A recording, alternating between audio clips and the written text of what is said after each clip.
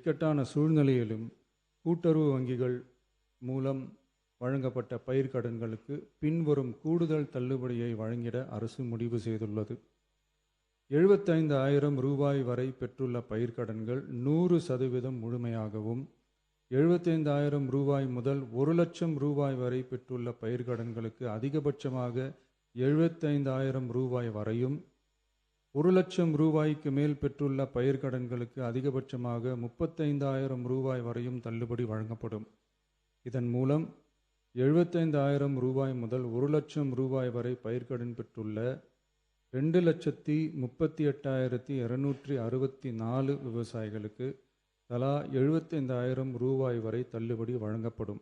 இதனால் ஏற்கனவே பெற்ற தள்ளுபடி தொகைக்கு மேலாக 40,000 ரூபாய் வரை கூடுதல் தள்ளுபடி பெறும் வாய்ப்பு ஏற்படும்.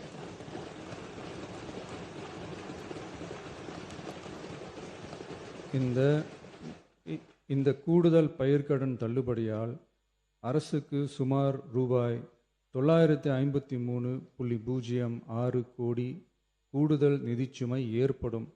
இருந்தாலும் தமிழக விவசாயிகளின் நலனில்தான் நமது நலன் உள்ளது என்று கருதி சுமார் 13.34 லட்சம் விவசாயிகளுக்கு மொத்தமாக 6,220 கோடி ரூபாய் பயிர்க்கடன் தள்ளுபடியை இந்த அரசு வழங்குகிறது.